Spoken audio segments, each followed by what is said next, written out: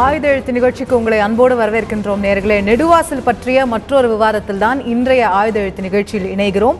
இந்த நெடுவாசல் போராட்டம் 17வது நாளாக தொடர்ந்து கொண்டிருக்கிறது. அங்கு இருக்கக்கூடிய அந்த ஹைட்ரோ கார்பன் திட்டத்திற்கு மத்திய அரசாங்கம் என்ன முடிவெடுக்க போகிறது? மாநில அரசாங்கம் ஏற்கனவே ஒரு ஒப்புதலை கொடுத்திருந்தது. முதலமைச்சர் நேரடியாக போராட்ட குழுவினரை சந்தித்த பிறகு மாநில அரசாங்கம் இதற்கான ஒரு ஒப்புதலை வழங்காது, இந்த திட்டத்தை வர விடாது என்ற ஒரு உறுதியை அளித்திருந்தால், ஆனால் அதற்கு பின்பும் போராட்டம் தொடர்கிறது. மத்திய அரசு ஒரு உறுதியான நிலைப்பாட்டை இதில் எடுக்க வேண்டும். எங்களுக்கு மத்திய அரசிடமிருந்து இந்த திட்டம் கைவிடப்பட்டது என்ற ஒரு உறுதியான ஒரு அறிவிக்கையோ ஒரு கவர்மெண்ட் ஆர்டரோ வராத வரையில் நாங்கள் போராட்டத்தை கைவிட மாட்டோம் என்று ஆணித்தரமாக அங்கே நெடுவாசலில் இருக்கக்கூடிய அங்க கிராம மக்களும் சரி, போராட்ட குழுவினரும் சரி, தொடர்ந்து போராட்டத்தில் ஈடுபட்டு வருவதை நாம் பார்க்க முடிகிறது. 17வது நாள் இன்று. இதை தாண்டி போய்கொண்டிருக்கக்கூடிய போராட்டத்திற்கு என்னதான் தீர்வு எட்டப்பட இருக்கிறது? இப்போது நாம் பேசிக் கொண்டிருக்கக்கூடிய தருவாயில் கூட மத்திய இணை அமைச்சர் பொன் ராதாகிருஷ்ணன் அவர்களோடு போராட்ட குழுவினரின் சில பிரதிநிதிகள் சந்தித்து பேச்சுவார்த்தையில் ஈடுபட்டிருக்கிறார்கள். அவர்கள் அந்த பேச்சுவார்த்தை முடிவடைந்த பிறகுதான் நமக்கு தெரிய வரப்போகிறது அதுல என்ன நடக்க போகிறது, என்ன தகவல்கள் அங்கே பரிமாறப்பட்டது என்பது. இது ஒரு புறம் நெடுவாசலில் போராட்டம் தொடர்ந்து கொண்டே இருக்க, மற்றொரு புறம் நெடுவாசலுக்கு பக்கத்தில் இருக்கக்கூடிய கோட்டக்காடு கிராமத்தில் அங்க இருக்கக்கூடிய மாவட்ட ஆட்சியர் பேச்சுவார்த்தை நடத்தியதன் பேரில் அந்த கிராம மக்கள் போராட்டத்தை கைவிடுகிறோம் என்று அறிவித்திருக்கிறார்கள். கோட்டக்காடு மக்கள் கைவிட்டதற்கு என்ன காரணம்? நெடுவாசல் மக்கள் தொடர்ந்து கொண்டிருப்பதற்கு என்ன காரணம்? இதுல மத்திய மாநில அரசுகளோட செயல்பாடு சரியாக இருந்திருக்கிறதா? நெடுவாசல் போராட்டம் என்று விடை கிடைக்கும் என்ற தலைப்பில் இன்றைய ஆயுத எழுத்து நிகழ்ச்சி விவாதிக்க இருக்கிறோம். இந்த விவாதத்திற்காக நம்மிடையே இணையக்கூடியவர்கள் நெடுவாசலில் இருந்து நேரடியாக போராட்ட களத்திலிருந்து கணபதி என்ற விவசாயி நம்மிடையே இணைந்திருக்கிறார். அவரை இந்த நிகழ்ச்சிக்கு வரவேற்கின்றேன். அதே போல அதிமுகவை சேர்ந்த நாடாளுமன்ற உறுப்பினர் திரு அன்வர் ராஜா அவர்கள் இணைந்திருக்கிறார். உங்களை இந்த நிகழ்ச்சிக்கு அன்போடு வரவேற்கின்றேன். அதே போல மத்தியில் ஆளும் பாஜகவின் பிரதிநிதியாக ப்ரொஃபசர் ராஜலட்சுமி அவர்கள் நம்மிடையே இணைந்திருக்கிறார். உங்களை நிகழ்ச்சிக்கு வரவேற்கின்றேன். அதே போல சாமானிய மக்களின் பிரதிநிதியாக ஒரு சாமானியராக திரு தாமரை கண்ணன் அவர்கள் இணைந்திருக்கிறார். உங்களையும் இந்த நிகழ்ச்சிக்கு அன்போடு வரவேற்கின்றேன். இந்த விவாதத்தை நான் நெடுவாசலில் இருந்து இணையக்கூடிய விவசாயி கிட்ட இருந்து தொடங்கலான்னு நினைக்கிறேன். நீங்க தான் நீண்ட காலமா இந்த பிரச்சனையை முன்னெடுத்து 17வது நாளா இப்போ களத்துல இருக்கீங்க. ஏற்கனவே மாநில அரசாங்கம் ஒரு உறுதியை அளிச்சிருக்கு. முதலமைச்சர் நேரடியா உங்களுடைய பிரதிநிதிகளை சந்திச்சு பேசி இருக்கிறாரு. இது போன்ற நாங்க இந்த ஒரு திட்டத்தை வரவிட போவதில்லை அப்படின்னு சொல்லி. அப்போ தொடர்ந்து அடுத்தடுத்த கட்டங்களாக இந்த போராட்டத்தில் நாம் வலியுறுத்தியே கொண்டே இருப்பது, மாநில அரசாங்கம் சொல்வதை விடுத்து அதை தாண்டி போய் மத்திய அரசாங்கம் சொன்னால்தான் நாங்கள் கைவிடுவோம்னு சொல்றதுக்கு என்ன காரணம்? இப்போ இந்த நெடுவாசல் பிரச்சனை என்பது நெடுவாசலுக்கு மட்டுமான பிரச்சனை அல்ல. விவசாயிகளுடைய ஒட்டுமொத்த தமிழக விவசாயிகளுடைய வாழ்வாதார பிரச்சனையாக நாங்கள் எடுத்துக்கொண்டிருக்கிறோம். இதற்கு மாவட்ட நிர்வாகம் முதலில் அவர்களிடம் ஒரு மனு கொடுத்தோம். அதன் பின்னர் எங்களுடைய ஒரு போராட்ட குழு ஒன்று அமைத்து அந்த குழுவின் மூலமாக மாண்புமிகு முதலமைச்சர் அவர்களை சந்தித்து எங்களுடைய முழுமையான கோரிக்கை என்னவென்று அவர்களிடம் எடுத்து சொன்னோம். அவர்கள் எங்களுடைய போராட்டத்திற்கு ஆதரவும் தெரிவித்து நெடுவாசலில் இது போன்ற ஒரு திட்டத்தை நாங்கள் அனுமதிக்க மாட்டோம் என்று அவர்கள் வாய் மூலமாக ஒரு சொல்லி ஒரு பத்திரிகை செய்தி மட்டும் வெளிவந்திருக்கிறது. இதுதான் இதுவரைக்கும் எங்களுக்கு கிடைத்திருக்கக்கூடிய தகவல்.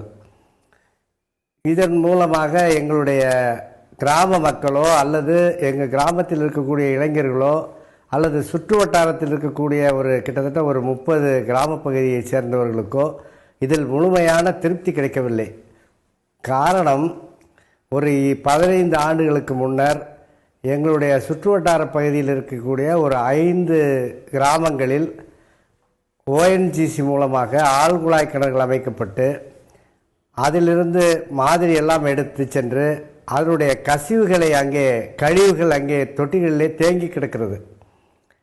அதனுடைய தாக்கத்தினால் அந்த பகுதியில் இருக்கக்கூடிய பல்வேறு கிராம மக்கள் கேன்சர் போன்ற கொடுமையான வியாதிகளால் பாதிக்கப்பட்டு இறந்திருக்கிறார்கள். பலர் அந்த நிலங்களை அந்த இடத்தில் எந்த விதமான பயிரும் இடாமல் விவசாயம் செய்ய விடாமல் கிராமத்தை விட்டு வெளியேறக்கூடிய சூழ்நிலை கூட இருக்கிறது.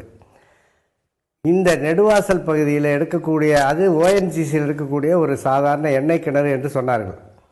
இப்போது அதையும் தாண்டி 2400க்கு அதிகமான ஏக்கர் பரப்பளவில் இந்த நெடுவாசல் கிராமத்தில் ஹைட்ரோ கார்பன் எடுப்பதாக ஒரு அறிவிப்பை சொல்லி அதற்கு கர்நாடகாவை சேர்ந்த ஜெம் லேபரேட்டரிஸ் என்ற ஒரு நிறுவனத்திற்கு ஒப்பந்தம் கொடுக்கப்பட்டிருக்கிறதாக நமது மாண்புமிகு நிதியமைச்சருடைய மந்திரி சபை கூட்டத்தினுடைய அறிவிப்பு தெரிவிக்கிறது. திரு தனபதி குறுக்கீடு மன்னிக்கணும், ஆய்வுக்காக என்று திரு தனபதி குறுக்கீடுக்கு மன்னிக்கணும். நீங்க குறிப்பிட்டிருந்தீங்க, நான் சின்ன ஒரு அறிவியல் ரீதியான கிளாரிபிகேஷன் மட்டும் கொடுக்க விரும்புறேன்.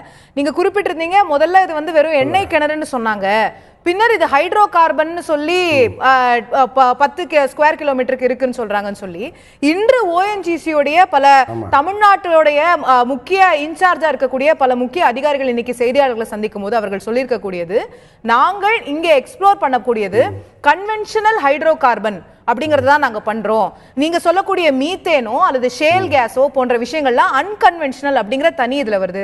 கன்வென்ஷனல் ஹைட்ரோ கார்பன்னா எண்ணெய் சார்ந்த பொருட்கள், அதனுடன் சேர்ந்து இருக்கக்கூடிய ஆயில் கேஸ் என்று சொல்லப்படக்கூடிய விஷயங்கள், இதுதான் கன்வென்ஷனல் ஹைட்ரோ கார்பன். இதுதான் நாங்க அங்க அதுக்கான வேலைகளை தான் நாங்க செஞ்சுட்டு இருக்கோம். நான் கன்வென்ஷனலா இருக்கக்கூடிய விஷயங்களுக்குள்ள நாங்க போவே இல்லை அப்படிங்கறதா இன்னைக்கு அவங்க கொடுத்திருக்கக்கூடிய தெளிவு. சோ ஹைட்ரோ கார்பன் இன்னைக்கு அவங்க சொல்றதுமே கூட எண்ணெய் சார்ந்த மரபுசார் ஹைட்ரோ கார்பன்ஸ் அப்படின்னு கன்வென்ஷனல் ஹைட்ரோ கார்பன்ஸ் எதை சொல்றாங்களோ அதை தான் சொல்றதா இன்னைக்கு அவங்க விளக்கம் கொடுத்திருக்காங்க. You can go ahead sir. இது வந்து நீங்க சொல்றது வந்து அறிவியல் பூர்வமான அவர்களுடைய விளக்கம் அது. எஸ். ஆனால் எங்களுடைய விவசாயிகள் அந்த இடத்துல நீங்களோ அல்லது அந்த ஹைட்ரோ கார்பன் எடுக்கக்கூடிய எண்ணெய் வள அதிகாரிகளோ இல்லை எந்த ஒரு மத்திய மாநில அமைச்சர்களோ அத்தனை பேர் வந்து அந்த ஊரை பாருங்க. அதை போன்ற ஒரு கிராமம் தமிழகத்தில் வேறு ஏதாவது சமவெளி பகுதியில் இருக்கிறதா? இது மலை பிரதேசத்தில் மேட்டுப்பாளையம் போன்ற பகுதியில் இருக்கக்கூடிய ஒரு வளமான மண், வளமான நீர், சிறுவாடி தண்ணீருக்கு இணையான குடி தண்ணீர் இருக்கக்கூடிய ஒரு நல்ல முன்னேறக்கூடிய ஒரு கிராமம் அந்த நெடுவாசல். நாங்கள் என்ன சொல்கிறோம்னா, நீங்கள் என்ன சொல்லக்கூடிய கன்வென்ஷனல் நான் கன்வென்ஷனல் எதுவாக இருந்தாலும் எங்களுடைய விவசாயிகளுடைய ஒத்துழைப்போ அல்லது விருப்பமோ இல்லாமல் எந்த ஒரு செயலையும் செய்ய வேண்டாம் என்பது எங்களுடைய தாழ்மையான பணிவான கருத்து. நிச்சயமா உங்களுடைய விவசாயிகளுடைய மக்களுடைய ஒப்புதல் இல்லாமல் செய்ய போறது இல்லைன்னு மாநில அரசு சொல்லிடுச்சு. மாநில அரசாங்கத்துடைய ஒப்புதல் பெறாம மத்திய அரசாங்கம் செய்ய முடியாதுங்கிறதா மத்திய அரசாங்கத்திலே கடைசியா அமைச்சர்கள் சொன்ன நிலைப்பாடாகவும் இருக்கு. என்னுடைய கேள்வி, இப்போ இப்படி ஒரு எக்ஸ்பிளனேஷன் விஞ்ஞானிகள் கிட்ட இருந்து அந்த ஓஎன்ஜிசியோட இருக்கக்கூடியவங்க கிட்ட இருந்து வரும்போது அங்க எடுக்கக்கூடியது கன்வென்ஷனல் ஹைட்ரோ கார்பன் எக்ஸ்ட்ராக்ஷன் அப்படின்னு பார்த்தா வெறும் ட்ரில் போட்டு குழாய் போட்டு ஆட்டோமேட்டிக்கா அதோட பிரஷர்ல மேல வரக்கூடிய விஷயங்களை எடுக்கிறது மட்டும்தான் கன்வென்ஷனல் எக்ஸ்ட்ராக்ஷன். அதை மட்டும்தான் பண்ண போறாங்க. குழாய் போட போறாங்க, அதுல இருந்து வரக்கூடிய ஆயில் எடுக்க போறாங்க, வேற என்னென்ன விஷயங்கள் வருதோ எடுக்க போறாங்க. இதனால பாதிப்பு இருக்காது அப்படிங்கிறது தான் அவங்களுடைய எக்ஸ்பிளனேஷனாக இருக்குமே. ஆனால் அதை ஏற்க நீங்கள் தயாராக இருக்கிறீர்களா? இல்ல, அவங்களுடைய எக்ஸ்பிளனேஷனை வந்து இன்னைக்கு அந்த அதிகாரிகள் அங்க சொல்றாங்க. இதுக்கு முன்னாடி தமிழகத்தினுடைய பல இடங்களில் அது வந்து களப்பாலாக இருந்தாலும் சரி அல்லது காவிரி படுகையில் இருக்கக்கூடிய பல கிராமங்கள், ராமநாதபுரத்தில் இருக்கக்கூடிய இடங்களெல்லாம் எண்ணெய் வளங்கள் இருந்து எடுத்துக்கொண்டிருக்கிறார்கள். அந்த இடங்கள் இப்போது எப்படி இருக்கிறது என்பதை நீங்கள் போய் சென்று பாருங்கள். இப்ப எங்க மாதிரி விவசாயிகள் அந்த இடங்களெல்லாம் அந்த எண்ணெயை எடுப்பதற்கு முன்னர் நாங்கள் அந்த இடமெல்லாம் போய் பார்த்தோம். அந்த இடத்துக்கும் அன்னைக்கு இருந்த சூழலுக்கும் இன்றைய சூழலுக்கும் வேறுபாடு அங்கே நிச்சயமாக இருக்கிறது. உங்களுக்கு 31 இடங்களில் இந்தியா முழுவதும் எடுக்க போகிற எண்ணெயில் இந்த ஒரு இடத்துல இருக்கக்கூடிய அளவு எங்களுடைய மாவட்ட ஆட்சித்தலைவர் எங்களுக்கு விளக்கமாக சொன்னாங்க. இது வந்து ரொம்ப குறைவான அளவு தான் இங்கே எடுக்க போறாங்கன்னு. மிக மிக குறைந்த அளவு எண்ணெய் எடுக்கக்கூடிய இந்த திட்டத்தை இந்த மக்களுடைய இவ்வளவு எதிர்ப்புக்கு இடையே நிறைவேற்ற வேண்டுமா என்பது எங்களுடைய ஒரு ஆதங்கம். ரெண்டாவது, நீங்க இதில் கிடைக்கக்கூடிய லாபத்தை விட அந்த விவசாயத்தின் மூலமாக அந்த ஊர்ல வந்து எண்ணெய் வித்துக்களிலிருந்து, உணவு தானியத்திலிருந்து, நறுமண பொருட்கள் இருந்து அந்த ஏரியாவில் மிளகு விளையுது, நறுமண பொருட்கள் தேவையான இண்டஸ்ட்ரீஸ் ஏற்படுத்தி அப்படிங்கிறது உங்களுடைய பார்வையா நான் புரிஞ்சுக்கிறேன். இந்த மக்களுடைய எதிர்ப்பு இருக்கும்போது அதுக்கு மக்களோட எதிர்ப்பு இருக்கும்போது இதை பண்ண வேண்டிய அவசியம் இல்லையே அப்படிங்கறத உங்களுடைய நான் முதற்கட்ட பார்வையா புரிஞ்சுக்கிறேன். நான் திரும்ப உங்ககிட்ட வரேன். சாமானியராக நம்மிடையே இணையக்கூடிய திரு தாமரைக்கண்ணன் அவர்கள்ட்ட நான் இந்த விஷயத்தை கொண்டு போலான்னு இருக்கேன். விஞ்ஞானிகள் இன்னைக்கு சில விளக்கங்களை கொடுக்குறாங்க, இதுதான் இங்க நடக்க போகுது, இதுதான் பிரச்சனை, இதனால ஒன்றும் இல்லை அப்படின்னு சொல்லி. ஆனா மக்கள் தொடர்ந்து எதிர்ப்பை தான் அங்க கிராமத்துல வெளிப்படுத்திட்டு வராங்கன்னு பாக்குறோம். இதுல இன்னும் அந்த புரிதல் வந்து டைரக்டா அவங்க கிட்ட போய் சேர்றதுக்கான அவசியம் இருக்கு அப்படின்னு நினைக்கிறீங்களா? இல்ல மக்கள் எதிர்க்கிறதுனால இது வந்து இந்த திட்டம் வந்து வேண்டாம் அப்படிங்கிற நிலைக்கு தான் வரணும் அப்படின்றது உங்களோட பார்வையா இருக்கு? இல்லை, இந்த பிரச்சனையே இந்த வார்த்தை ஜாலங்களில் தான் இருக்குது. இந்த படிப்பறிவு குறைந்த, இயற்கையை நேசிக்கிற, வேளாண்மையை மட்டுமே ஆண்டாண்டு காலமாக செய்து கொண்டிருக்கிற அல்லது விவசாயத்தை நம்பி பிழைக்கிற ஒரு பெருந்திரள் மக்கள் கூட்டத்திட்ட நீங்கள் விஞ்ஞானபூர்வமான வார்த்தைகளை சொல்லி மட்டும் வகைக்கு விட முடியாது. ஒரு 50 ஆண்டுகளுக்கு முன்னால் இப்படித்தான் விஞ்ஞானபூர்வ வார்த்தைகளோடு வந்தீர்கள். பாக்டம்பாஸ் என்றீர்கள், யூரியா என்றீர்கள், எண்டோசல்ஃபான் என்றீர்கள். நாங்கள் மயங்கினோம். அந்த வார்த்தைகள் எங்களுக்கு புரியாமலே தலையாட்டிய கூட்டம் தான் இந்த கூட்டம். அப்படி தலையாட்டித்தான் இன்றைக்கு விவசாய நிலங்களை இன்னைக்கு அந்த யூரியா எண்டோசல்ஃபான் இல்லாம நம்ம பசுமை புரட்சியே பண்ணிருக்க முடியாது. அதுதான் வேற வழி இல்லாமல் நோ அதர் கோ என்கிற வகையில் நாங்கள் இவர்கள் மாட்டிக்கொள்கிறார்கள். இப்போது அதுக்கு இப்ப நிலைமைக்கு பார்த்தா நாம் பாதிக்கப்பட்டிருக்கிறோம். இந்த விஞ்ஞான பூர்வமான விவசாயத்தால் நாம் பாதிக்கப்பட்டிருக்கிறோம் என்று இப்போது திருந்துகிறார்கள் மக்கள். இப்படி விஞ்ஞானபூர்வமான அணுகுமுறை என்பது மட்டுமே இங்கே சாத்தியப்படாது. இன்னொன்று, இன்றைக்கு பேசுகிற விவசாயிகள் கன்வென்ஷனல் டைப் என்று சொல்கிறார்கள். அப்படி பார்க்க போனா எரிபொருள்ல வேணா அது கன்வென்ஷனல் நான் கன்வென்ஷனல் வர அந்த மண்ணிற்கு நெடுவாசல் என்கிற அந்த புதுக்கோட்டை சார்ந்த பகுதிக்கு கன்வென்ஷனல் தொழில் என்பது விவசாயம் தானே. அங்கே நீங்க எதை செய்தாலும் நான் கன்வென்ஷனல் தான். ஆக விவசாயம் சார்ந்த இந்த மண்ணில் நம்ம இது இன்னைக்கு இல்லை, பல்லாண்டுகளுக்கு முன்னாலேயே நம் முன்னோர்கள் மிகச்சரியாக பிரித்து வைத்தார் நிலத்தை. குறிஞ்சி, முல்லை, மருதம், நெய்தல், பாலை என்று நிலங்களை மிகச்சரியாக பிரித்து கொடுத்தவர்கள். எந்த நிலத்தில் எதை செய்ய வேண்டும் என்று உலகத்திற்கு பாரம்பரியத்தை நாம் கற்றுக் கொடுத்தவர்கள் என்று சொன்னால், குறிஞ்சியில் எதை செய்யணும் அதை செய்யலாம், நெய்தல் எதை செய்யணும் அதை செய்ய வேண்டும். அதை தவிர இது விவசாய நிலம், மருத நிலமாக இருக்கிறது. இங்கே விவசாயத்தை தவிர வேறு எதை செய்தாலும் அது மக்களுக்கு எதிரான விஷயமாக இருக்கும் என்ற விவசாயத்தை தவிர எதை செய்தாலும்னு சொல்ற இடத்துல தான் எனக்கு கேள்வி வருது. நான் இடைவேளைக்கு பிறகு அதை திரும்ப நான் கொண்டு வர விரும்புறேன். இன்னைக்கு நம்ம ஊர்ல எவ்வளவு தொழிற்சாலைகள் இருக்கு. இந்தியாவோட மோஸ்ட் இண்டஸ்ட்ரியலைஸ்ட் ஸ்டேட்டா தமிழகம் இருக்கிறது. தோல் தொழிற்சாலையில தொடங்கி பல விஷயங்களை, நம்ம கார் தொழிற்சாலையில நம்ம இன்னைக்கு ஒரு டெட்ராய்டா சென்னை இருக்கிறது அப்படின்னு சொல்லி நம்ம அதுல பெருமைப்பட்டுக்கிறோம். அப்ப விவசாயம் அல்லாத எந்த தொழில் இருந்தாலும் அது பொல்யூட் பண்ணும், எந்த தொழிலுமே வேண்டாம் அப்படின்னு சொல்லக்கூடிய நிலையில நம்ம இருக்கோமா? இன்னைக்கு குறிஞ்சி, முல்லை, மருதம், நெய்தல், பாலையை பிரித்தது போல அன்னைக்கு இருந்த காலச்சூழலுக்கும் இன்னைக்கு இருக்கிற காலச்சூழலுக்கும் வித்தியாசம் இல்லையா அப்படிங்கிற பல கேள்விகள் இருக்கிறது. நம்ம இண்டஸ்ட்ரியலைசேஷனையே மொத்தமா எதிர்த்த முடியுமா அப்படிங்கிற கேள்விகள் இருக்கிறது. நாம் அதையும் கேட்கலாம். அதை தாண்டி தொடர்ந்து அங்கே மக்கள் போராட்டத்தை தொடர்ந்து கொண்டிருக்கக்கூடிய இந்த விஷயம், அரசுகள் தொடர்ந்து வாக்குறுதி அளித்த பின்னாலும், குறிப்பாக முதலமைச்சரே நேரடியாக வாக்குறுதி அளித்த பின்னரும் மக்கள் அதை தொடர்ந்து அங்க போராட்டத்தை தொடர்ந்து கொண்டே இருக்கிறார்கள் என்று சொன்னால், அரசுடைய வாக்குறுதியை மக்கள் நம்பவில்லை என்று நாம் எடுத்துக்கொள்ளலாமா? அப்படி என்றால் ஏன் அரசு மீது நம்பிக்கை வரவில்லை என்ற கேள்வி எழுந்திருக்கிறது.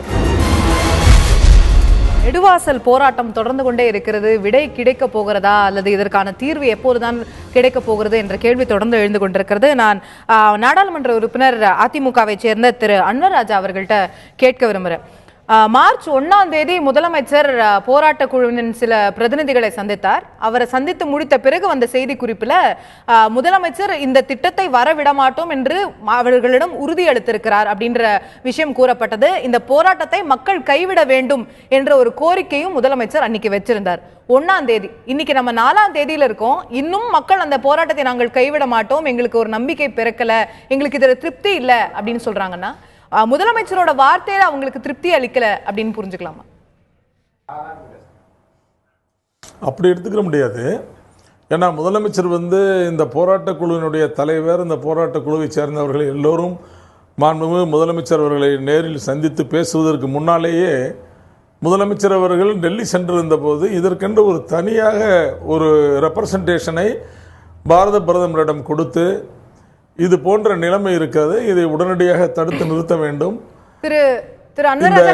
நெடுவாசல் பிரச்சனைக்கு ஒரு இல்ல குறுக்கீடுக்கு ரொம்ப சாரி, நான் குறுக்கீடுக்க கூடாது, குறுக்கீடுக்கு மன்னிக்கணும். ஆனா நீங்க சொன்ன தகவலுக்காக நான் திரும்பவும் கேட்க வேண்டியதாகுது. நீங்க ஒரு ரெப்ரசன்டேஷன் அவர் கொடுத்திருந்தாரு அப்படிங்கறத சொல்லியிருந்தீங்க. தமிழ்நாடு சார்பா கொடுத்திருந்த அந்த மெமராண்டம், அதுல இருந்த பல்வேறு கோரிக்கைகள் நீங்க அதை முழுசா படிச்சிருப்பீங்க. தமிழ்நாடு சார்பா கொடுத்திருந்த மெமராண்டம்ல இருந்த பல கோரிக்கைகள்ல அந்த டாக்குமெண்ட்ல நெடுவாசல் அப்படிங்கிற பிரச்சனை இடம்பெறவில்லை. அதற்கு பிறகு முதலமைச்சர் கொடுத்திருந்த அறிக்கையில தான் நான் இதை பத்தி பிரதமரிடம் தெரிவித்தேன் அப்படின்னு சொல்லியிருந்தாரே தவிர, அந்த மெமராண்டம்ல நெடுவாசல் பிரச்சனை இல்லை என்பது நம்ம பார்க்க வேண்டியிருக்கிறது. இல்ல, தனியாக இது சம்பந்தமாக பிரதமரிடம் நம்முடைய மாண்புமிகு முதலமைச்சர் அவர்கள் பேசியிருக்கிறார். பேசி அது சம்பந்தமாக அவரும் பத்திரிகைகளுக்கு கொடுத்த செய்தியில் அதையும் குறிப்பிட்டிருக்கிறார், குறிப்பிட்டு பேசியிருக்கிறார். மேலும் நம்முடைய சுற்றுச்சூழல் துறை அமைச்சர் தமிழ்நாட்டினுடைய நீங்களும் ஒரு நாடாளுமன்ற உறுப்பினர், ஒரு அபிஷியல் ரெக்கார்ட்ல தமிழ்நாட்டோட கோரிக்கைகள்னு நீங்க ஒரு 25 ஐட்டம் போடும்போது அந்த அபிஷியல் ரெக்கார்ட்ல நெடுவாசல் விடுபடப்பட்டிருக்கிறது இல்லையா? இல்ல இல்ல இல்ல இல்ல மேடம், முதலமைச்சர் வார்த்தை என்ன சொல்றாரோ அதுவோ ஜீவோ தான். முதலமைச்சர் தன்னுடைய வாயினால் என்ன சொல்கிறாரோ அதுவே ஜீவோ தான், அதுவே கவர்மெண்ட் ஆர்டர் தான். எனவே முதலமைச்சர் அவர்கள் அங்கு சொல்லியிருக்கிறார், இங்கு போராட்டக்குழு தலைவர்களிடமும் தன்னுடைய வாக்குறுதியாக நிச்சயமாக நாங்கள் இதற்கு அனுமதி கொடுக்க மாட்டோம், நீங்களை முழுமையாக நம்பலாம், நாங்கள் அனுமதியை தரமாட்டோம் என்று முதலமைச்சர் அவர்கள் வாக்குறுதி கொடுத்திருக்கிறார். அந்த தலைவரும் முதலமைச்சர் வாக்குறுதி கொடுத்ததுக்கு பிறகு வெளியில் வந்து நிருபர்களை பார்த்து பேசுகிற போது முதலமைச்சரை சந்தித்தது முழுமையான திருப்தி எங்களுக்கு ஏற்பட்டிருக்கிறது. நாங்கள் ஊருக்கு சென்று அங்கே இருக்கிற எங்கள் மக்களை எல்லாம் கலந்து பேசி இந்த போராட்டத்தை விலக்கிக் கொள்வது சம்பந்தமாக நாங்கள் முறையான அறிவிப்பை வெளியிடுவோம் என்று அவர் சொல்லிவிட்டு தான் சென்றார். முடிவெடுப்போம்னு தான் சொன்னாரு. நாங்க விலக்கிக்கிறோம்னு அந்த கட்டத்தில் அவர் சொல்லல. கலந்து பேசி முடிவெடுப்போம் சொன்னார். சரி, அந்த முடிவை அவர்கள் இன்னும் அறிவிக்கவில்லை. நாங்கள் தொடர்கிறோம் என்றோ அல்லது விரும்புகிறோம் என்ற அந்த முடிவை அவர்கள் இன்னும் அறிவிக்கவில்லை. இல்ல, தெளிவா இன்னைக்கு கூட சொல்லிருக்காங்க. இன்னைக்கு கூட அந்த ஊர் பொதுமக்கள் சொல்லிருக்கக்கூடிய விஷயம், மத்திய அரசாங்கத்திடமிருந்து எங்களுக்கு வந்து ஒரு உத்தரவாதம் கிடைக்கணும், மத்திய அரசாங்கம் சொன்னால்தான் நாங்க இந்த விஷயத்தை, அதுவரை போராட்டம் தொடரும் அப்படிங்கிற வார்த்தையும் அவங்க சொல்லியிருக்காங்க. போராட்டம் தொடர்ந்து கொண்டுதான் இருக்கிறது 3 நாள், அதையும் நம்ம பாக்குறோம். இருக்கு ஆமா, தொடர்ந்து கொண்டு தான் இருக்கிறது. ஆனால் மாநில அரசு ஒரு தெளிவாக இருக்கிறது. மாநில அரசு இதில் மிக தெளிவாக இருக்கிறது. மாநில அரசு மிக தெளிவாக இருக்கிறது. நிச்சயமாக இந்த இந்த தொழிற்சாலை இங்கு வருவதற்கு மாநில அரசு கண்டிப்பாக அனுமதி தராது. மாநில அரசு சுற்றுச்சூழல் துறை இதற்கான அனுமதியை வழங்க மாட்டோம் என்று சொல்லியிருக்கிறோம். தெளிவான பார்வையில மாநில அரசு இருக்குதுன்னு சொல்றீங்க, அததான் நீங்க போராட்ட குழுவினரிடமும் சொல்லியிருக்கீங்க. பட் அந்த தெளிவான பார்வை அப்படிங்கறதெல்லாம் இந்த தெளிவான பார்வை 2009 இந்த ட்ரில்லிங் வந்து துவங்கும் போது வந்திருந்ததுன்னா அப்போ ஒரு வேற மாதிரியா பார்க்கப்பட்டிருக்கும். சரி, 2009 அதிமுக ஆட்சியில நான் உங்களை கேட்க முடியாது, 2011 அதிமுக ஆட்சி வருது, அதற்கு பிறகும் இதற்கான கிளியரன்சஸ், இதுக்கான ப்ராசஸ் எல்லாம் நடந்து கொண்டே தான் இருக்கிறது. 2015 நியூ ஹைட்ரோ கார்பன் பாலிசி அப்படிங்கறத கொண்டு வராங்க, அப்பயாச்சும் மாநில அரசு கேட்டிருக்கணும். 2016 இந்த இடத்துக்கான டெண்டரை ஓபன் பண்றாங்க, அப்பவும் கேட்கல. அப்போ இப்போ மக்கள் போராட்ட களத்திற்கு வந்து 10 நாள் கழிச்சு மாநில அரசு நிலைப்பாடு எடுக்கும்போது அதை எப்படி ஒரு நம்பகத்தன்மையோட மக்கள் பார்ப்பாங்கன்ற கேள்வி இருக்கு இல்லையா? இல்ல, அப்பவே அந்த மீத்தேன் திட்டத்தை அம்மா தானே அதை ரத்து செய்தார்கள். மீத்தேன் திட்டம் இல்ல திரு அன்பராஜா, நீங்க சொல்ற மீத்தேன் திட்டம் நான் ஒத்துக்கிறேன். அவங்க சொல்லிருந்தாங்க, சட்டமன்றத்துல பேசினாங்க, இதை ஏற்க முடியாதுன்னு, அது வேற. இந்த நெடுவாசல்ல சொன்னாங்க, அவங்க தான் ரத்து பண்ணாங்க. இந்த நெடுவாசல்ல எடுக்கக்கூடியதற்கான ஹைட்ரோ கார் மேடம் பேசிக்கா ஒரு விஷயத்தை நான் சொல்ல விரும்புறேன். ஹைட்ரோ கார்பனோ மீத்தேன் எதுவாக இருந்தாலும் பூமிக்கு கீழே இருந்து எடுக்கின்ற வாயு தான். இது எல்லாமே ஒன்றுதான். நானும் ஒரு சயின்ஸ் கிராஜுவேட் தான், கெமிஸ்ட்ரி மேஜர் தானா, இது எல்லாமே ஒன்றுதான். இல்ல, மீத்தேன் ஹைட்ரோ கார்பன் எல்லாவற்றுக்கும் எல்லாமே பொருந்தும். எனவே இது அம்மா அவர்கள் தான், நீங்கள் 2009 திமுக அரசு கொடுத்த அனுமதியினால் மக்களுக்கு ஏற்படுகின்ற இடைஞ்சல்களை எல்லாம், அவர்களுக்கு ஏற்பட்ட இடர்பாடுகளை எல்லாம் தவிர்க்க வேண்டும் என்று அம்மா அவர்கள் தான் இதை மீண்டும் அதை வேண்டாம் என்று ஒரு ஜீவோ போட்டார்கள். 2015 அந்த ஜீவோ அதற்கான முயற்சிகளை செய்து 2016 அந்த ஜீவோவை அம்மா அவர்கள் தான் போட்டார்கள். அந்த அம்மா அவருடைய வழியில் நடக்கின்ற இந்த அரசு கண்டிப்பாக இந்த ஹைட்ரோ கார்பன் திட்டத்திற்கு அனுமதி நிச்சயமாக வழங்காது. பொதுமக்கள் எங்களை நம்பலாம். முதலமைச்சரும் அந்த வாக்குறுதியை அளித்திருக்கிறார்கள். விவசாயத்திற்கு கேடு விளைவிக்கின்ற எதையும் நாங்கள் அனுமதிக்க மாட்டோம். இது நெடுவாசல் பிரச்சனை மட்டுமல்ல, தஞ்சாவூர் மாவட்டத்தில் டெல்டா மாவட்டங்களுடைய எல்லா பகுதிகளிலும் இருக்கின்ற விளைநிலங்கள் எல்லாம் பாலை நிலங்களாக மாறக்கூடிய வாய்ப்பு இதில் இருக்கிறது. இப்போது அவேர்னஸ் அதிகமாக கிரியேட் ஆகியிருக்கிறது. எல்லா இடங்களிலும் மாணவர்களும் எல்லா இடங்களில் இருக்கிற பொதுமக்களிடமும் அதிகமாக இதை பற்றிய விழிப்புணர்வு அதிகமாக இருக்கிறது. சோசியல் மீடியாக்கள் அதிகமான செய்திகளை மக்களிடம் பரப்புகின்றன. எனவேதான் இப்படியெல்லாம் இருக்கிற போது இப்போது நாம் வாபஸ் வாங்கிவிட்டால் பின்னால் இன்னும் நேர்ந்து விடுமோ என்ற அச்ச உணர்வின் காரணமாகத்தான் அவர்கள் அப்படி இருக்கிறார்களே தவிர, நீங்கள் அவர்கள் வாபஸ் வாங்கினாலும் வாங்காவிட்டாலும் கண்டிப்பாக எங்களுடைய நிலையிலிருந்து, அதிமுக அரசாங்கத்தினுடைய நிலையிலிருந்து நாங்கள் பின்வாங்க போவதில்லை. உறுதியாக இந்த திட்டத்தை வர மாநில அரசாங்கம் அனுமதிக்காது அப்படிங்கிற ஒரு உறுதியை நீங்க சொல்றீங்க. நான் மத்தியில் ஆளும் பாஜகவின் பிரதிநிதியாக இருக்கக்கூடிய பேராசிரியர் ராஜலட்சுமி அவர்கள்ட்ட கேட்க விரும்புறேன். இன்னைக்கு நெடுவாசல் மக்களுடைய கோரிக்கையாகவும் இருக்கக்கூடியது என்ன அப்படின்னா, மாநில அரசாங்கம் சொல்லிடுச்சு ஓகே, பட் இது மத்திய அரசாங்கத்துடைய திட்டம், மத்திய அரசாங்கம் முழுக்க முழுக்க இனிஷியேட் பண்ணி மத்திய அரசாங்கம் டெண்டர் விட்டு மத்திய அரசாங்கம் அப்ரூவ் பண்ணி மத்திய அரசாங்கம் இன்னைக்கு ஒரு நிறுவனத்தை அந்த இடத்துல எண்ணெய் எடுக்க அனுமதிச்சிருக்கு அப்படின்னு சொல்லும்போது அதற்கான மறுப்பு மத்திய அரசாங்கத்திடமிருந்து வந்தால்தான் நாங்கள் நம்புவோம் அப்படிங்கறத அவங்க சொல்றாங்க. அதுக்கு அதிகாரப்பூர்வமான ஒரு அறிவிப்பு அரசிடமிருந்து வரணும் அப்படிங்கறத அவங்க எதிர்பார்க்கிறாங்க. வரும். நீங்க ஏற்கனவே சொன்ன மாதிரி 2009 இந்த திட்டம் செயல்பட ஆரம்பிக்குது. 2010 சென்ட்ரல் கவர்மெண்ட் MOU போடுறாங்க, அக்ரிமெண்ட் சைன் பண்ணுறாங்க. 2011 நீங்கள் சொல்லாமல் விட்டது ஸ்டேட் கவர்மெண்ட் அதில் MOU அக்ரிமெண்ட் சைன் பண்ணியிருக்காங்க. அப்போ இவங்கெல்லாம் என்ன இந்த அவங்களுக்கு என்ன அவேர்னஸ் இல்லையா, இது ஒரு அசஸ் பண்ணலையா? எந்த ஸ்கீமே கொண்டு வரும்போது என்வாயர்மெண்ட் கிளியரன்ஸ் இல்லாம சென்ட்ரல் கவர்மெண்ட் கொண்டு வர எல்லாமே ஓகே எல்லாம் சரி, இது எல்லாமே நம்ம இப்ப கேட்டாச்சு. என்னுடைய கேள்வி, இன்னைக்கு நெடுவாசல் மக்கள் எதிர்பார்க்கக்கூடியது இந்த திட்டம் கைவிடப்பட்டது அப்படின்னு மத்திய அரசு கிட்ட இருந்து வரணும், ஒரு அறிக்கை வரணும்னு கேக்குறாங்க. அதுக்கு தான் எங்கள் பொண்ணு அமைச்சர் பொன் ராதாகிருஷ்ணன் அவர்கள் இன்றைக்கு வந்து அவங்க ரெப்ரசன்டேட்டிவ்ஸ் கூப்பிட்டு பேசுகிறாரு. ஏற்கனவே அவர் சொல்லியிருக்காரு, அமைச்சர் அவர்கள் சொல்லியிருக்காங்க, நாங்கள் வந்து எந்தெந்த விவசாயிகளுக்கு எதிரானது தமிழக மக்களுக்கு எதிரானது எதையுமே வந்து நாங்கள் செய்ய மாட்டோம், கவர்மெண்ட்டில் நாங்கள் ரெப்ரசன்ட் பண்ணுவோம் அப்படின்னு சொல்லிட்டு பெட்ரோலியத்துறை அமைச்சர் வந்து அவரும் வந்து சொல்லியிருக்காரு, வந்து நமக்கு வந்து பிரச்சனை இல்லாமல் தான் எதையும் செய்ய மாட்டோம், பிரச்சனை ஏற்படக்கூடிய விஷயங்களை செய்ய மாட்டோம்னு சொல்லியிருக்காரு. ஸோ அதனால் இன்னைக்கு வந்து எக்ஸ்பிளைன் பண்ணியிருக்காங்க. நீங்கள் விஞ்ஞானிகள் நீங்க சொல்றது போல ஒரு பாஜகவுடைய தமிழக பாஜகவுடைய பிரதிநிதிகள் பார்க்கும்போது மத்திய அமைச்சர் என்ன சொல்றாரு, இந்த திட்டத்தை வந்து மக்களுக்கு ஏற்பில்லை என்றால் நாங்கள் செய்ய வேண்டாம், நாங்க செய்ய போவதில்லை அப்படிங்கறது சொல்றாங்க. இன்னொரு தலைவர் வந்து இந்த திட்டத்தால மக்களுக்கு பாதிப்பே இல்ல, பாதிப்பே வராது, ஒன்னும் பிரச்சனை இல்லை அப்படின்னு இன்னொரு பக்கம் சொல்றாங்க.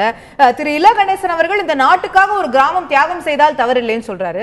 அப்ப மாத்தி மாத்தி சொல்லும் போது எதை நம்புறதுன்ற குழப்பம். அதாவது மாத்தி மாத்தி சொல்லலங்க, ஒரே விஷயத்தை தான் வித்தியாசமாக சொல்றாங்க. நாட்டுக்காக தியாகம் செய்யணும், அது வந்து நாட்டுக்காக தியாகம் செய்யறது சொல்லல. நீங்க ஏற்கனவே இந்த தமிழ்நாட்டில் வந்து சிச்சுவேஷன் என்னன்னா, ஏற்கனவே குழம்பி போயிருக்கு. மக்கள் வந்து முதலமைச்சர் வந்து உண்மையான முதலமைச்சரான ஒரு சந்தேகத்தில் இருக்காங்க. ஏன்னா ஏடிஎம்கே 3 பக்கமா பிரிஞ்சிருக்கு. அமைச்சர் இல்ல, அது நீங்க அது வந்து நீங்க பொலிட்டிக்கல் சிச்சுவேஷன் வந்து how it creates an imbalance in the economic situation, social situation தெரிஞ்சுக்கணும். இன்னைக்கு இந்த சோஷியல் சிச்சுவேஷன் இவ்வளவு குழம்பி போய் இருக்குது.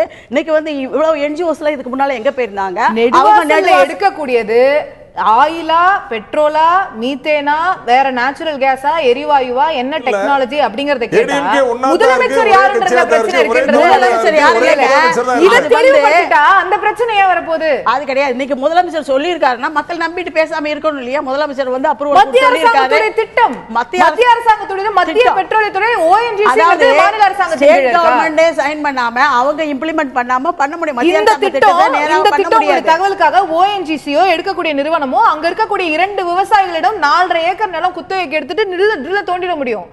மாநில அரசாங்கத்துக்கிட்ட இருந்து அவங்க நிலம் வாங்கணும்ன்றது இல்ல, விவசாயிகளுடைய நிலத்தை குத்தகைக்கு எடுத்து செய்யக்கூடிய ஒரு விஷயம். அப்போ ஒரு உறுதியான 2006ல இருந்தே பிரணாப் முகர்ஜி அப்ரூவல் கொடுத்து அப்பவே நிலம் கையகப்படுத்த ஆரம்பிச்சாச்சு. என்ன பண்ணாங்க? இந்த திட்டம் கைவிடப்படுமா இல்லையா? மத்திய அரசாங்கத்துடைய நிலைப்பாடு என்ன மக்கள் கேக்குறாங்க. இன்னைக்கு எங்க அமைச்சர் பேசிட்டு இருக்காங்க, மக்களுக்கு வந்து விளக்குவாங்க என்ன நடக்குது. நீங்க ஏற்கனவே சொன்னீங்க இலா கணேசன் வேற மாதிரி சொல்ல, இலா கணேசன் இன்னொன்னு சொல்லியிருக்காரு, மக்கள் அதுல ஸ்டேக் ஹோல்டர் ஆக்கணும். எப்பவுமே நேச்சுரல் ரிசோர்ஸ் வந்து ஒரு யூட்டிலைஸ் ஆகும்போது அது ஸ்டேக் ஹோல்டர்ஸ் யாரெல்லாம் அதுல உண்மையா அதுல இருந்தாங்களோ, பயனாளிகளாக இருந்தாங்களோ, அதோட உடைமைக்காரர்களோ, ஆழ்நாட்டு காலமா நம்ம விவசாயிகள் உடைமைக்காரர்கள் சொல்றோம் இல்லையா, அவங்களுக்கு அதுல ஒரு பங்கு கொடுக்கணுங்கிறது ஒரு தியரி இருக்கு. காமன் ப்ராப்பர்ட்டி ரிசோர்ஸ்லயே இருக்கு, எல்லா ரிசோர்ஸ் யூட்டிலைசேஷன் தியரிலையும் அது இருக்கு. அதை தான் வந்து இன்னைக்கு இலா கணேசன் சொல்லியிருக்காரு. ஸோ அதற்கு நம்ம மக்கள் வந்து என்ன கேட்கணும்னா, நீங்க வந்து 4000 கோடி எடுக்கிறீங்க, அதுல இருந்து 10% நமக்கு ஸ்டேட் கவர்மெண்ட்டுக்கு மானியமாக வருகிறது, பணமாக வருகிறது, அதே சமயத்தில் ராயல்ட்டி வருகிறது, எங்களுக்கெல்லாம் என்ன நாங்கள் கொடுத்துட்டோம் அதோட முடிஞ்சு போச்சு அப்படின்னு. எப்பொழுதுமே இப்போ வந்து கல்வி நிறுவனங்களுக்கு பணம் கொடுத்துருக்காங்க, அதுக்குள்ள பட்டா இல்லாத நிலத்தையும் சேர்த்து எடுத்து எத்தனை 1000 ஏக்கர் வந்து அப்படி போயிருக்குன்னு தெரியும். ஆனா கல்வி நிறுவனத்தில் எவ்வளவு பணம் வருது, அந்த பணம் வந்து இவங்களுக்கு எதுவும் வந்து சேருதா? விவசாயிகளுக்குன்னா கிடையாது. இன்னைக்கு வந்து என்ன ஆகும்னா, இப்படி ஆயில் ஸ்பில் பண்றாங்களா, ஆயில் எடுக்கிறாங்க இல்லையா, எண்ணெய் எடுக்கும் பொழுது, எரிவாயு எடுக்கும் பொழுது அதனுடைய பெனிஃபிட் வந்து இந்தியா முழுசுக்கும் வரும். நீங்க பாத்தீங்கன்னா 10 எண்ணெய் வந்து அதிகமாக யூஸ் பண்ற நாடுகள்ல அமெரிக்கா, இந்தியா, சைனா, பிரேசில் ஆகிய 10 நாடுகள் வந்து ரொம்ப முக்கியமா இருக்கு. என்னைக்கு வந்து அமெரிக்கா வந்து அவங்களுடைய கன்வென்ஷனல் எனர்ஜிஸ் எல்லாம் யூஸ் பண்ண ஆரம்பிச்சிட்டாங்களோ அப்போ 3% 4% குறைய ஆரம்பிக்குது. அதனால நம்மளுடைய பேலன்ஸ் ஆஃப் பேமெண்ட்ஸ் வந்து டாலர் டெபிசிட், டாலர் ரேட் வந்து இவ்வளோ ஏறிட்டு போகிறதுக்கு காரணமே நம்ம நிறைய ஆயில் இம்போர்ட் பண்ணுறோம். ஸோ அதற்காக தான் மத்திய அரசு வந்து இதெல்லாம் செயல்படுத்தணும்னு நினைக்கிறாங்க. இது வந்து முதல்ல நம்ம விவசாயி நண்பர் பேசினாரு, ரொம்ப தெளிவாக பேசினாரு. அதோட நம்மளுடைய விவசாயம் இருக்கிறது. அந்த விவசாயத்தில் எண்ணெய் வித்துக்களை உற்பத்தி பண்ணலாம், உணவு உற்பத்தி பண்ணலாம், அதனுடைய இது. ஸோ அதனால் எல்லாத்தையும் இவாலுவேட் பண்ண வேண்டியது ஒரு அரசாங்கத்தோட கடமை, அரசாங்கம் முடியும். ஏற்கனவே காவேரி பிரச்சனை மக்களுக்கு இது மட்டும் பிரச்சனை கிடையாது. நான் ஏற்கனவே சொன்ன மாதிரி அரசியல் நிலையற்ற தன்மை, அதே சமயத்தில் காவேரியில் தண்ணி இல்லை, விவசாயிகளோட சாவு, இது எல்லாம் சேர்ந்து தான் மக்கள் இன்னைக்கு தெருவுக்கு வந்து போராடுறாங்கன்னு ஒரு சிச்சுவேஷன் இருக்கு. ஆகையினால இதற்கு சொல்யூஷன் நம்ம எப்படி கொண்டு போகணும்னு தான் பார்க்கணுமே தவிர அதை தவிர்த்து விட்டு வெறுமனே நீங்க பார்த்தீங்கன்னா வாடிவாசல் பிரச்சனை இப்படித்தான் ஜல்லிக்கட்டுக்கு பிரச்சனையா இருந்தது. நாங்கள் ஏற்கனவே சொன்னோம், தமிழ்நாட்டில் அவசர சட்டம் ஏற்றுங்கள், நாங்கள் ஒப்புரது பண்ணி தரோம். நாங்கள் ஏற்றினப்போ அது சுப்ரீம் கோர்ட் அதில் போய் பிரச்சனை ஆயிடுச்சு, அது தள்ளுபடி ஆயிட்டுன்னு. ஆனா இவங்க வந்து பண்ணல, எல்லாம் மத்திய அரசு தான் கொடுக்கணும். அதற்கு பிறகு மத்திய அரசு கடந்த முறை கொண்டு வந்தது ஒரு நோட்டிபிகேஷன், ஒரு சட்டம் அல்ல. மத்திய அரசோட ஆர்டினன்ஸ் வரணும்னு கேட்டப்போ நீங்க இப்ப மாநில அரசோட ஆர்டினன்ஸ் வரணும்னு சொன்னீங்க. அதே மாதிரி இது ஒரே ஒரு விஷயம் நான் சொல்லிக்கிறேன். இதே பொன் ராதாகிருஷ்ணன் அவர்களும் தமிழிசைக்கு தான் 12 ரெப்ரசன்டேட்டிவ்ஸை நீங்க டெல்லிக்கு கூட்டு போய் ஒரே நாள்ல 4 மினிஸ்டர் சாங்ஷன் பண்ணி ஆர்டர் வாங்கி கொடுத்தோம். அதே மாதிரி இதுக்கு என்ன நல்லது செய்ய வேண்டும் அதை செய்வோம். அது சேவிங், அதான் மத்திய அரசாங்கத்தின் கையில தான் இப்ப the ball is in your court அப்படிங்கறத விஷயம். அதுதான் மக்களும் மத்திய அரசாங்கம் என்ன சொல்ல போகுதுன்னு எதிர்பார்த்துட்டு தான் இருக்காங்க. திரு பொன் ராதாகிருஷ்ணன் அவர்களுடைய சந்திப்பும் தொடர்ந்து நடைபெற்று வருகிறது என்பதை நம்ம புரிஞ்சுக்கிறோம். அதனுடைய அவுட்கம் என்னவாக இருக்க போகிறது என்பதையும் நாம் பொறுத்திருந்து பார்ப்போம் நேயர்களே. இந்த நிலையில நெடுவாசலில் போராட்டம் தொடர்ந்து கொண்டே இருக்கிறது. ஆனால் நெடுவாசலுக்கு பக்கத்து கிராமமான கோட்டக்காட்டில் மக்கள் இன்று போராட்டத்தை கைவிட்டிருக்கிறார்கள். அங்கு மாவட்ட ஆட்சியர் நடத்திய பேச்சுவார்த்தையின் அடிப்படையில் அந்த போராட்டம் கைவிடப்பட்டிருக்கிறது. அவர்கள் போராட்டத்தை கைவிட்டதற்கு என்ன காரணம்? நெடுவாசல் போராட்டம் தொடருவதற்கு என்ன காரணம்? நெடுவாசல் போராட்டம் என்று தீர்வு கிடைக்கும் என்ற தலைப்பில் ஆயுத எழுத்து நிகழ்ச்சியில் விவாதித்து வருகிறோம் நேர்களே. நான் நெடுவாசலிலிருந்து நம்முடைய இணையக்கூடிய திரு தனபதி அவர்களிடம் கேட்க விரும்பக்கூடிய விஷயம், இன்னைக்கு மாவட்ட ஆட்சியர் நடத்தின பேச்சுவார்த்தையின் அடிப்படையில் கோட்டக்காடுல இருக்கக்கூடிய மக்கள் இதே போன்ற ONGC திட்டத்தை எதிர்த்து போராடி வந்த மக்கள் தங்கள் போராட்டத்தை கைவிடுவதாக அறிவித்திருக்கிறார்கள். கலெக்டருடைய பேச்சுவார்த்தைக்கு அப்புறம் அவர்கள் கைவிடுறாங்க அப்படின்னு சொன்னா அப்போ அவர்களுக்கு சொல்லக்கூடிய விஷயங்கள் நெடுவாசல் மக்களுக்கு சொல்லப்படவில்லையா? நெடுவாசல்ல போராட்டம் தொடர்றதுக்கான காரணம் என்ன திரு தனபதி? மாவட்ட ஆட்சித்தலைவர் அவர்கள் எல்லா மக்களிடமும் தெளிவாக இந்த திட்டத்தை பற்றியெல்லாம் பேசினார்கள். ஆனால் இப்போதுதான் பேசுகிறார்கள். இந்த திட்டம் 2009 2011 வரும்போது இந்த மாவட்ட நிர்வாகத்திற்கோ அல்லது இந்த பகுதியினுடைய எந்த விவசாயிக்கோ எந்த விதமான தெளிவும் படுத்தப்படவில்லை என்பது ஒரு பக்கம். இப்போது இந்த ஏற்கனவே தோண்டப்பட்டிருக்கிற நல்லாண்டார் கொள்ளை என்ற இடமும் இந்த கோட்டைக்காடு என்ற கிராமத்தினுடைய போரும் அந்த இடத்தில் கிடைக்கக்கூடிய எண்ணெயினுடைய அளவு மிக மிக குறைவு என்பதால் அங்கே நிறுத்தப்பட்டிருந்தது. இப்போ இந்த நெடுவாசல் போராட்டத்திற்கு பின்னர் அந்தந்த கிராமங்களிலே அந்தந்த மக்கள் அங்கே நல்லான் கொள்ளையாக இருந்தாலும் சரி அல்லது கோட்டைக்காடாக இருந்தாலும் போராடி கொண்டிருந்தார்கள்.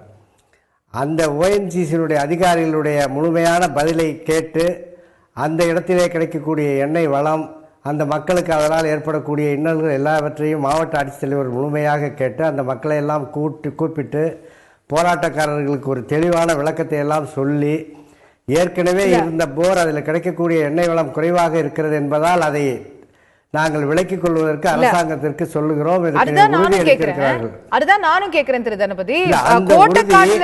கோட்டக்காடுல தான் இப்ப ட்ரில் இருக்கு, நெடுவாசல்ல இப்ப ட்ரில் இல்ல. கோட்டக்காடுல ONGC அதிகாரிகளும் மாவட்ட ஆட்சியரும் பேசுறாங்க, அதற்கு அவங்க கைவிடுறேன்னு அதுக்கப்புறம் போராட்டத்தை கைவிடுறாங்க. ஆனா நெடுவாசல் மக்களிடம் அங்க ட்ரில்லே இல்ல. ஆனா முதலமைச்சர் நேரடியா வாக்குறுதி அளிக்கிறார், ஆனாலும் அதை ஏற்க மறுப்பது சரியா? நாங்கள் முதலமைச்சருடைய வாக்குறுதியை வெகுவாக மதிக்கிறோம். ஆனால் இதற்கு அந்த இடத்துல கோட்டைக்காடு நிலைமையும் நெடுவாசல் நிலைமையும் வேறு வேறு. கோட்டைக்காடுல ட்ரில்லிங் நடந்திருக்கு, போடல. எப்போது வேண்டுமானாலும் அவர்கள் எடுத்து போட வருவார்கள். இது 2400 ஏக்கர் பரப்பிலே செய்யக்கூடிய ஒரு திட்டம் என்று அறிவிக்கையிலே சொல்லப்பட்டிருக்கிறது. ஆனால் கோட்டைக்காடு நிலைமை வேறு, இதனுடைய நிலைமை வேறு. இன்னொரு பக்கம் பார்த்தீங்கன்னா மாநில அரசாங்கத்தினுடைய அந்த வாக்குறுதியை நாங்கள் மதித்தாலும் பல இடங்களிலே இந்த வாக்குறுதிகள் பின்னர் மத்திய அரசாங்கத்தினுடைய கோரிக்கைக்கு ஏற்றதை போல இருக்கிறது. இப்போ குறிப்பாக சொல்ல வேண்டால் தமிழகத்திலே உதய மின் திட்டம், GST மசோதா எல்லாம் முன்னாள் முதலமைச்சர் மாண்புமிகு ஜெயலலிதா இல்ல, அவர்கள் அதையும் எதிர்த்த திட்டங்கள் திரு தனபதி இப்போது மன்னிக்கணும். எல்லா திட்டங்களுக்கும் திரு தனபதி மன்னிக்கணும், அதையும் இதையும் ஒப்பிட முடியுமா நேரடியாங்கிறது எனக்கு தெரியல. உதய் திட்டத்துல பல்வேறு மாறுதல்கள் கொண்டு வரப்பட்ட பிறகு அது ஏற்றுக்கொள்ளப்பட்டிருக்கிறது. ஜிஎஸ்டிலையும் தொடர்ந்து இன்னைக்கு கூட தமிழகத்தை சார்ந்த அமைச்சர் போய் நமக்கு தேவையான விஷயங்களை கேட்டு பேசி மாறுதல் கேட்டுட்டு இருக்காங்க. அந்த மாறுதல்களோட வரக்கூடிய திட்டங்களுக்கும் இதுக்கும் வித்தியாசம் இருக்கிறது அப்படிங்கறத நம்ம பார்க்க முடிகிறது. உங்களுடைய இறுதியான சுருக்கமான நாங்கள் வித்தியாசத்தை நாங்க அந்த வித்தியாசத்தை எல்லாம் பார்க்கிறோம்.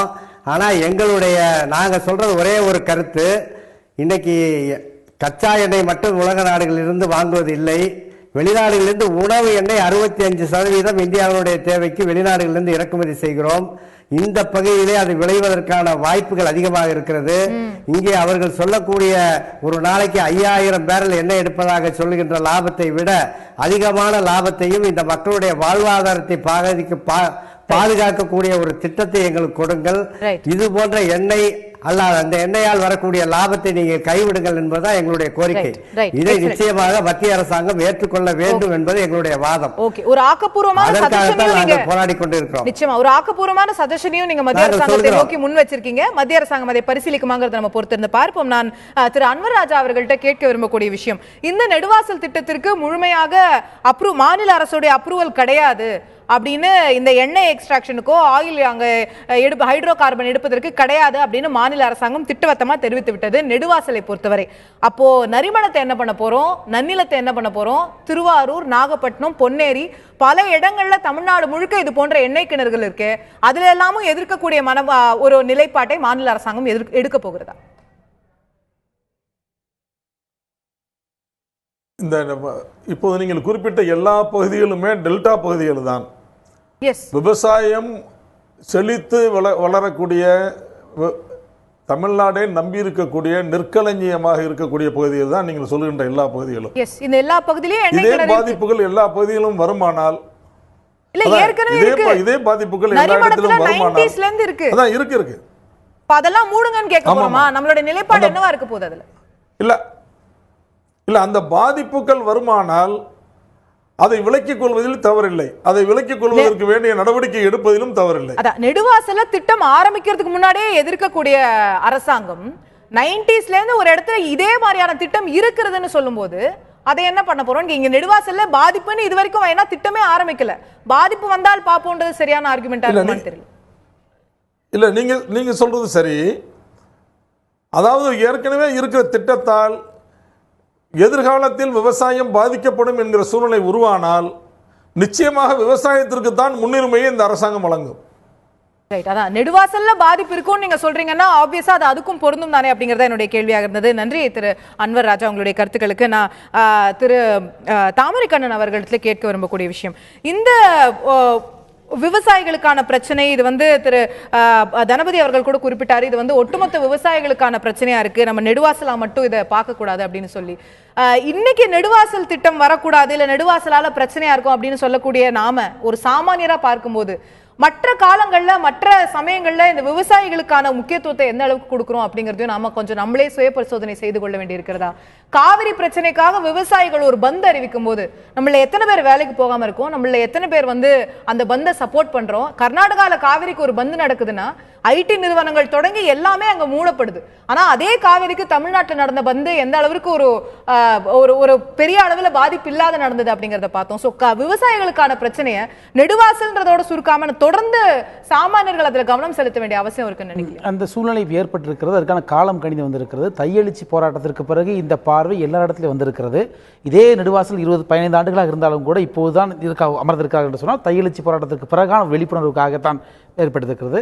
ஜல்லிக்கட்டு போராட்டம் ஒரு அடையாள குறியீடு தான். அந்த ஜல்லிக்கட்டு அந்த 10 நாள் நடந்த 15 நாள் போராட்டத்தில் ஜல்லிக்கட்டையும் தாண்டி பல விஷயங்கள் விவாதிக்கப்பட்டது, அங்கே ஆக்கப்பூர்வமாக விழிப்புணர்வு ஏற்படுத்தப்பட்ட இளைஞர்களிடத்திலே அதன் நீட்சி தான் இன்றைக்கு நெடுவாசலில் அமர்ந்திருக்கிறோம். பொதுவாகவே இந்த ஒரு பயம் நம் பொதுஜனங்களுக்கு இருக்கிறது. நம்ம நாட்டில் கொண்டு வரப்படுகிற திட்டங்களை விரைந்து செயல்படுத்த துணிகிற அரசாங்கங்கள் அந்த திட்டத்தால் அந்த பெருந்திட்டங்களால் ஏற்படுகிற பாதிப்பிலிருந்து எப்படி மீள்வது என்கிற விழிப்புணர்வை மக்களிடம் தருவதில்லை. சமீபத்தில் கூட கடலில் கப்பல் மூலமாக கொட்டப்பட்ட எண்ணெய் கழிவை சுத்தப்படுத்துவதற்கு பக்கெட்டும் கப்புமாக இறங்கியவர்கள் தான் நாம் என்பதை மறந்துவிடக்கூடாது. எண்ணெய் கழிவுகளை எப்படி அகற்ற வேண்டும் என்கிற தொழில்நுட்பம் கூட நம்மகிட்ட இல்லை என்கிற போது இப்படிப்பட்ட திட்டங்கள் வருகிற அபாயங்களை எப்படி சந்திக்க போகிற பயம் மக்களிடத்தில் இருக்கிறது.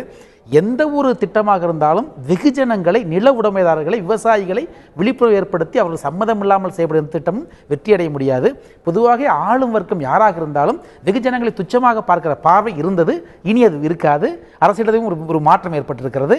எனவே இனி வருகிற திட்டங்களிலாவது ஒரு திட்டத்தை செயல்படுத்துவதற்கு முன்பாக நில உடைமைதாரர்களிடம் குறிப்பாக சிறு விவசாயிகள், குறு விவசாயிகள் அவர்களிடத்தில் அமர்ந்து பேசி திட்டத்திற்கான வரையறைக்கு முன்பாகவே அந்த கருத்து கேட்பை தெளிவாக சொல்ல வேண்டும். அவர் சொன்னார் இல்லையா, 10 வருஷம் முன்னாடி பேசினாங்க, உண்மை புரியும், 4.5 ஏக்கர் நிலத்தை மட்டும் வாங்கிக்கிட்டாங்க, அவங்க கொடுத்துட்டாங்க, ஏதோ சொன்னாங்க, கொடுத்துட்டாங்க, அவ்வளோதான். இப்போ ஹைட்ரோ அந்த மாண்புமிகு பாராளுமன்ற உறுப்பினர் சொல்ல ஏற்றுக்கொள்கிறேன். அந்த ஹைட்ரோ பாருங்க, மீத்தேன் சொன்னோம். இப்போ அதற்கு பிறகுதான் இந்த வார்த்தை மாற்றப்பட்டது என்று புரியவில்லை எனக்கு. ஹைட்ரோ கார்பன், மீத்தேன் என்பது ஹைட்ரோ கார்பன் தான், சியும் ஹெச்சும் சேர்ந்த எல்லாமே ஹைட்ரோ கார்பன் தான் என்று அப்படிங்கும்போது வார்த்தையை மாற்றி கூட மக்களை ஏமாற்ற முயற்சிக்கிறார்கள் என்ற பயமும் மக்களுக்கு இருக்கிறது. ஆகவே பொதுவாக மக்களுடைய பயத்தை போக்க வேண்டியது அரசுடைய கடமை. மக்களை தெளிவுபடுத்தாத எந்த திட்டத்தையும் நாம் முனைப்பாக செயல்படுத்த முடியாது. தகவலுக்காக ஆயில் ஸ்பில்ங்கிறது ஆழ்கடல்ல கிளீன் பண்ணக்கூடிய ஆயில் ஸ்பில் வேற, அது பாறைகள் மீது இருக்கக்கூடிய ஆயிலை கிளீன் பண்றது வேற. சோ அதற்கான டெக்னாலஜில மாறுபாடு இருக்கு. நம்ம அஃப்கோர்ஸ் அந்த டெக்னாலஜிக்கல் டிபேட் குள்ள போக வேண்டாம். நான் ப்ரொஃபசர் ராஜலட்சுமி அவர்களுடைய இறுதியான பார்வை இந்த ஒரு விஷயம் குறித்து பெற விரும்புகிறேன். நெடுவாசல் மக்களுடைய கோரிக்கையா தற்போது மத்திய அரசாங்கத்துடைய நிலை என்னவா இருக்கிறது அப்படிங்கிறது தான் இருக்கு. மத்திய அரசாங்கம் இதுல தெளிவுபடுத்துறாங்க இல்ல, நாளைக்கு அந்த ஜியோ வரப்போவதா இல்லையா அப்படிங்கறத தாண்டி இன்னைக்கு பாஜகவுடைய தேசிய செயலாளர் ஹெச் ராஜா அவர்கள் சொல்கிறார், அந்த போராட்டத்துல தீய சக்திகள், சமூக விரோதிகள், ஆன்டி நேஷனல்ஸ் போன்றவர்கள்லாம் அங்க இருக்காங்க, அவங்கெல்லாம் பிரிவினை வார்த்தை நக்சலைட் போன்ற அமைப்புகள்லாம் அதுல இருக்காங்க, அவங்க தான் இந்த மாதிரியான போராட்டத்தை முன்னெடுக்கிறாங்க, அந்த குரூப் அதுக்குள்ள போயிட்டாங்க அப்படின்றத சொல்றாரு. ஒரு பக்கம் மக்கள் எங்களுக்கு இதுல தெளிவில்லை, அதை விளக்கி சொல்லுங்க அப்படின்ற மாதிரியான ஒரு பல்வேறு அச்சங்கள் இருக்கிறதுன்னு அந்த கிராம மக்கள் தன்னிச்சையா எழுந்து அந்த இடத்துல போராடி கொண்டிருக்கும் போது அதை விளக்கல அப்படிங்கிற விஷயங்கள் தாண்டி இது மாதிரியான கருத்துக்கள் பாஜக கிட்ட இருந்து வரும்போது அதை எப்படி புரிஞ்சுக்கிறது? அதாவது இன்றைக்கி நீங்கள் பார்த்தீங்கன்னா அவங்க என்வாரன்மெண்டிஸ்ட் பேசியிருக்காங்க, கலெக்டர் போய் பேசியிருக்காரு, சீஃப் மினிஸ்டர் கூப்பிட்டு பேசியிருக்காரு, எங்கள் மத்திய அமைச்சர் பொன் ராதாகிருஷ்ணன் அவர்கள் கூப்பிட்டு பேசியிருக்காங்க. ஆகையினால் இந்த பேச்சு நடந்துட்டு இருக்கு. இதுதான் இந்த கன்ஸ்ட்ரக்டிவாக எங்கே கூட்டிகிட்டு போகிறோங்கிற விஷயம். இவங்க பேசிட்டு அதை எடுத்துகிட்டு போய் சென்ட்ரல் கவர்மெண்ட்டை சொல்லுவாங்க. அங்கே பெட்ரோலியத்துறை அமைச்சரும் பேசியிருக்காரு. இன்னொரு விஷயம் நீங்கள் பார்த்தீங்கன்னா இந்தியாவும் சைனாவும் போட்டி போட்டுக்கொண்டு உலகத்தில் ஆயில் எக்ஸ்ட்ராக்ஷன் அதை கேபிட்டலை எப்படி நம்ம வளப்படுத்திக்கிறது, நம்ம கையகப்படுத்திக்கிறதுன்னு ஒரு முயற்சியில் இறங்கியிருக்காங்க. அது மாதிரி நிறைய விஷயங்கள் பண்ணிகிட்டு இருக்கும்பொழுது இது ஒரு விஷயம் நம்மளுடைய ஒரு தமிழ்நாட்டை சார்ந்த விஷயம். தமிழ்நாட்டில் ஏற்கனவே வளர்ச்சின்னு சொல்லிட்டு என்ன திட்டம் வந்தாலும் எடுத்துட்டு அதுக்கு இடங்களை தாரவாத்து கொடுத்துட்டதுனால இன்னைக்கு மக்கள் அதீத விழிப்புணர்வோடு இதுக்கு ஒரு ப்ரொடெஸ்ட் பண்றாங்க. பட் எனிவே பாஜக கவர்மெண்ட் இன்னைக்கு எங்க அமைச்சர் கூட்டு பேசுறது ஒரு கன்ஸ்ட்ரக்டிவா இருக்கும். அவர்களுடைய குறையை கேட்பாரு, அதுக்கு என்ன பண்ண முடியுங்கிறத நிச்சயமாக செயல்படுத்தும். மக்களுடைய நிச்சயமா அவர் சொன்னது நான் மறுபடியும் சொல்றேன், மக்களுக்கு தேவையானதான் செய்வோம் தவிர தேவையில்லாத நிச்சயமா செய்ய மாட்டோம். விவசாயத்தை கெடுக்கக்கூடியதோ டெல்டாவை கெடுக்கக்கூடியதோ எது விஷயமும் செய்ய மாட்டோம். நீங்க நல்லா ஒரு கொஸ்டின் கேட்டீங்க, எல்லா இடங்களையும் ஆயில் ஸ்பில் இருக்கே, அதுல எல்லாம் என்ன பண்ணுவாங்க, ஆயில் எக்ஸ்ட்ராக்ட் பண்ணிட்டு இருக்கோம் அப்படின்னு எல்லா கிணறுகளுக்கும். ஸோ நாளைக்கு ஆயில் வெல்லுக்கு நாளைக்கு இதெல்லாம் என்ன பண்ணுவாங்க, என்ன கிணறுகளுக்கெல்லாம் நாளைக்கு இதே மாதிரி பிரச்சனை அங்கேயே உண்டாகுமா? அதற்கு என்ன செய்ய போறாங்கிறது ஒட்டுமொத்தமாக தமிழ்நாட்டுக்குரிய ஒரு திட்டங்களை தமிழ்நாடு கவர்மெண்ட் எடுத்து செல்லணும். அதை மத்திய அரசு எடுத்துக்கொள்ளுங்கிறது என்னோட ஸ்டேட். ரைட், மத்திய அரசு இதுக்கான நடவடிக்கை எடுக்குங்கிறது உங்களோட பார்வையா புரிஞ்சுக்கிறேன். ஆன்டி நேஷனல் அப்படிங்கிறது சரியா அப்படின்றது என்னோட கேள்வியா இருந்தது. அதற்கு விடை கிடைச்சதா அப்படிங்கிறது எனக்கு தெரியல. அதாவது ஆன்டி நேஷனல்லாம் அதுல இருக்காங்களாங்கிறது அதை யாரும் இன்வெஸ்டிகேட் பண்ணி பார்த்தா தான் தெரியுமா தவிர பாஜக தேசிய செயலாளர் ஒட்டுமொத்தமாக அப்படி சொல்லுவது மிக தவறான ஒரு அவர் ஒட்டுமொத்தமா சொல்ல அப்படி சிலர் அதுல இருக்காங்க அப்படிங்கறது சொல்லிருந்தாரு. அதற்கான பதில் கிடைத்ததாங்கிறது தெரியல. தற்போது இந்த நிகழ்ச்சியை நிறைவு செய்தாக வேண்டியிருக்கிறது நேயர்களே. இந்த நெடுவாசல் போராட்டம் தற்போதைய சூழ்நிலை வரை தொடர்ந்து கொண்டே இருக்கிறது. மத்திய அரசாங்கத்திடமிருந்து ஒரு அதிகாரப்பூர்வமான அறிவிக்கையை நாங்கள் எதிர்பார்க்கிறோம் என்பது அந்த கிராம மக்களுடைய கோரிக்கையாக இருக்கிறது. மத்திய அரசாங்கம் அதற்கு செவிசாய்க்குமா என்று கிராம மக்கள் காத்துக் கொண்டிருக்கிறார்கள். மக்களுடைய முடிவு அடுத்த கட்டமாக இது என்னவாக இருக்க போறது என்பதற்காக தான் நாம் அனைவருமே காத்துக் கொண்டிருப்போம். தொடர்ந்து பார்ப்போம் நாளை என்ன நடக்க போகிறது என்று. தற்போது இந்த நிகழ்ச்சியை நிறைவு செய்கிறோம். நிகழ்ச்சியில் கலந்து கொண்டு கருத்துக்களை தெரிவித்த 4 விருந்தினர்களுக்கும் நன்றி.